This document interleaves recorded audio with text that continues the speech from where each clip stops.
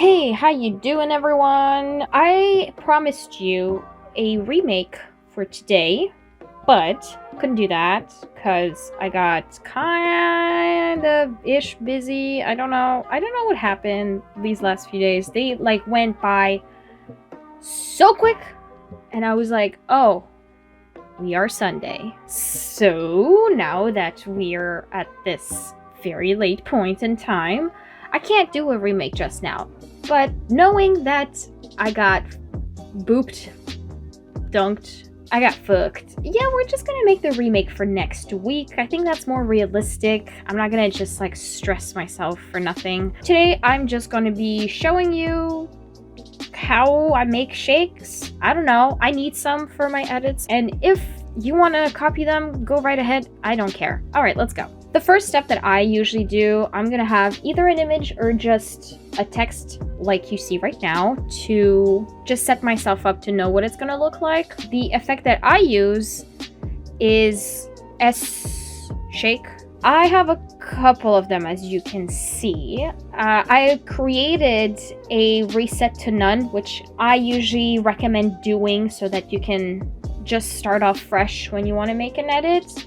The default one is kind of crazy looking and it takes a while to just get back to normal. I figured I could make a slightly rougher shake and then like a more like wider, aesthetically pleasing shake, and then for the third one I'll try to make like a shake that you add like on your whole edit so that it adds movement and stuff, if you know what I mean. When it comes to rough shakes, I like to either emphasize left to right or up and down. I'm not a big fan of it jerking like everywhere. I'll just open the X shake. Let's just have a couple of shakes on top of that. So what does it look like right now, this?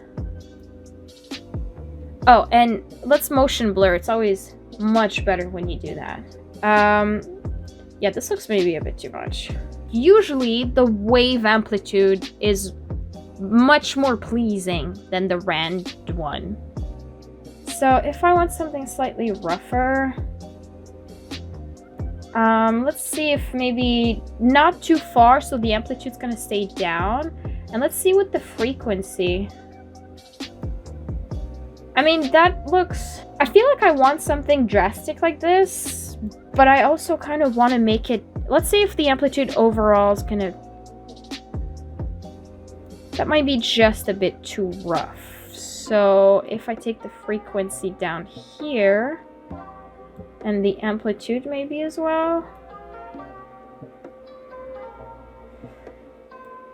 Let's see if we can't make this a little bit better, because usually when you are going to work with your edit and adding an effect, you just want to work with the amplitude and frequency on the left.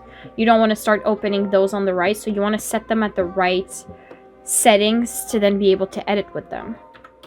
So I'll just put it like at the maximum capacity and see what it would look like if it were just on completely. So I kind of like it like this, but we could add maybe a tilt to it to make it look less one-dimensional, just, you know, left and right. Let's see what it would look like if we add just a bit of that. I'll take the frequency down, just... yeah, so that it's left and right, and it goes up and down gradually. Let's see if maybe... yeah, that might be too much. So I'll take it down to maybe a 1 to have it. So I kind of like it so far. Let's see with the animation what it would look like. I'm going to have the first 2 frames like this. And then at 7 frames, I'll take it down to 1.5. I'll make that one fast. I leave the first one at linear usually. And maybe at... yeah, let's put it at 110. We're just gonna take it to 0. Let's see what it looks like. Oh. Okay, see? That's nice. It's like a bouncy, kind of messy type of shake. And if you want to make it drastic, the first, you know, frame that we have is at 5. you know, don't be shy and like take it at 8 or something like that, because it's gonna be intense, but you're not gonna see it that much. Oh yeah, we're keeping that one. So let's call it messy, bouncy, left to right. I always like to know what type of shake it is, like left to right, up and down. So I always just add it so that it doesn't get lost in a bunch of random names. So that's already one. All right, so next one, we wanted to do something a bit softer for, you know, slightly more calmer edits, right? So first step, always motion blur. You always want to have that because it looks messy. And this time we could maybe make it an up and down shake. That would be nice. And let's start working with the amplitude. See, I want it wider, but this frequency is way too high. So we could take it down a notch and even take it down on the left since that's pretty rough. So let's take it down to a 4, because frequency, usually you don't want to animate that. You just want to animate the amplitude. So, you know, we're gonna leave the frequency like that. I might just want to boost that a little and a bit wider in amplitude. And then we could also add a tilt to that. So we might want to take the frequency down as well already and see what a small tilt would do. Maybe too much. I feel like that's not enough though. So 3 more frequency. It really looks like the right is bouncing up and down and left is like, yeah. Sorry. I'm gonna see if this is too much. Well, actually, I think it is too much, especially with this. I think the frequency is way too high with the Y shake. Yeah, I think that might be nice enough. Yeah, I think that might be great. We're gonna see what that would look like with an animation. I have it so far at 1. I'm gonna take it to maybe like 3. And then I'll take it 2 frames in. And then a couple frames later, I'll take it to a 0.8 maybe, since we've been working at 1 so far. Just, you know, since it's pretty intense. And then that one, we're gonna push it till a bit later, like 2. And then that one, you put it at 0. So let's see what that one would look like. You know what?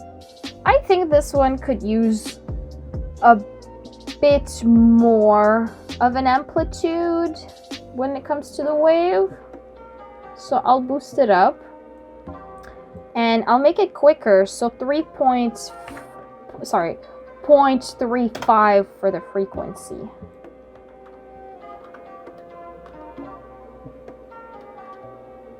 I mean, it looks fine, but now I think the tilt might be just a bit too noticeable. So I'll take the amplitude down for the tilt. I'll put it at 2.5, and the frequency, I'll take it down to 0.5, which I think that's what it was at the beginning. Yeah, see that one? That looks a little more subtle. I like that one. I think we found it. So this one is gonna be cute, bouncy, up and down. And save that bad boy. Great, so let's take off the animation again and reset to none. Since this one, you want to make it like a shake during the whole thing, I don't know if you'd want motion blur or not. I guess that's up to you. Motion blur is just going to make it slightly more messy. If you want your bounce to be like a dramatic, really shaky effect, you might want to take the motion blur down because you're not going to see shite. Let's see what we can do with this. Let's make a softer one just to add a bit of effect. Let's add some tilt. No, okay, so the rand is obviously for random, right? And wave is obviously a wave. Look at that, you guys. I just learned something alongside with you. Rand stands for random. I've been using Sony Vegas for years, you guys. I have never figured that shit out until right now. I think I might actually want to work with the random one. No, it looks like it's having a stroke. Never mind. Let's go back to the wave. And let's take down that frequency. I think you want to take it down as well on the left as we spoke earlier. That's way too much. That's still too much. Wait. I mean, that's kind of cute. Yeah, see, I feel like that's cute enough. But it's not, doesn't look right. Like if you'd look and edit, all you would see is just it tilting left to right. So we might want to add, I think maybe an X shake, and we could even add a dash of Y. So we're gonna take the frequency down straight up at 0.1, and that amplitude, let's see 0.2 what it looks like. Jesus Christ, that's a bad idea. Let's see 0.02 what it looks like. Might be too much. 0.01. No, see? Okay, I just had an idea. 0.05. But we're going to take the frequency to 0.5. And then let's take that one down then a little bit. So 0.03. And yeah, maybe take it down to 0.35, the frequency. Keep the motion blur. Now there's still something that's going on that's a bit too intense. I think it might be this, 0.25. And maybe a dash less of amplitude. I think the tilt might be just a bit too exaggerated as well. So I'll take the amplitude down to 3.5 and the frequency at 0.17. Yeah, I like that a little bit. And let's add a Y shake, just a dash. So the frequency, we might want to leave it at 0.5 and like 0.01. Let's take the frequency down just to see what it looks like. Whoops, that's way too much. I mean, it could work, but it kind of looks... There's something that's going on that's way too much. Maybe if we take the amplitude down here... Oh, see, now that looks fine. Amplitude on the left, 0.6. This looks great. I love it.